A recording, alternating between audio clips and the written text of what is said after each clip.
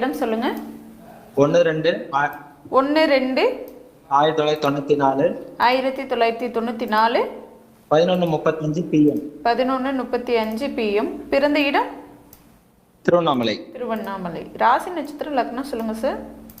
துலா லக்னம், துலாம் லக்னம், கன்னி ராசி, சித்திரை நட்சத்திரம். கன்னி ராசி, சித்திரை நட்சத்திரம். என்ன கேள்வி கேட்கணும் சார்? குழந்தை மற்றும் வேலை லைஃப் எப்படி இருக்கும் அப்படின்னு கேட்கணும்.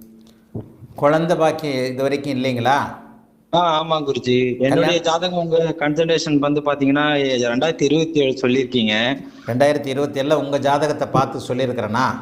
ஆமா, கன்சல்டேஷன் மூலமா சொன்னீங்க. அதான் அது மேட்ச் ஆகுதான்னு பார்த்து சொல்லுங்க குருஜி. கண்டிப்பா. இப்போ 5ஆம் இடத்துல சனி இருந்தால் தாமத புத்திரபாக்கியம், ஆனால் குருதசை நடக்கும்போது கண்டிப்பா புத்திரபாக்கியம் உண்டு. குருதசை சந்திர புத்தியில 2027 பிற்பகுதி, 2028 ஆரம்பம். சரிங்க குருஜி. குருதசை சந்திர புத்தியில உங்களுக்கு குழந்தை பிறந்தே ஆகணும், மனைவி ஜாதகப்படி. குருதசையில் நான் சொன்ன மாதிரி 2027 பிற்பகுதியில் கையில் குழந்தை இருக்கும். சரிங்க. குருதசை சந்திரபக்தி இவங்களுக்கு வந்து எப்போவுமே சந்திரனும் குருவும் அது ஒரு நிலைமையில ஒரு குழந்தை பாக்கியத்தை கொடுக்கக்கூடிய அமைப்புகளில் இருக்கிறாங்க. சரிங்க குருஜி. இங்கே மனைவிக்கும் பாருங்க சித்திர நட்சத்திரம். கொஞ்சம் இருங்க, ஒரே ஒரு நிமிஷம் லைன்லேயே இருங்க. ஓகே குருஜி. ஏசி ஆஃப் பண்ணதுனால ஆயிடுச்சா? ஏன் ஏசி ஆஃப் ஆச்சு?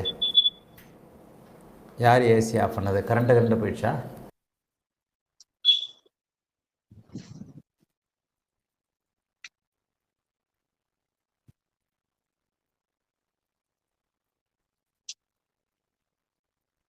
சரி, அதாவது இந்த அமைப்பில் 5ஆம் இடத்துல புதன் சனி இருக்கிறது. 5ல் சனி இருந்தாலே தாமத புத்திர பாக்கியம். சரிங்க, கவலைப்படாதீங்க. 2027 பிற்பகுதியில் 2028 ஆரம்பத்தில் கையில் குழந்தை இருக்கும். மனைவியோட ஜாதகம் நல்ல ஜாதகம். குருதசை அந்த குழந்தை பாக்கியத்தை கொடுக்கும். நல்ல யோக குழந்தை பிறக்கும், தாமதமானாலும். அது ஒன்று சொல்லிடுறேன். சரிங்க. மனைவிக்கு லக்னத்திலேயே குரு திக்பலமாக இருக்கிறார். 5ஆம் பாவகத்தை பார்க்கிறார், 5ஆம் பாவகாதிபதியை பார்க்கிறார்.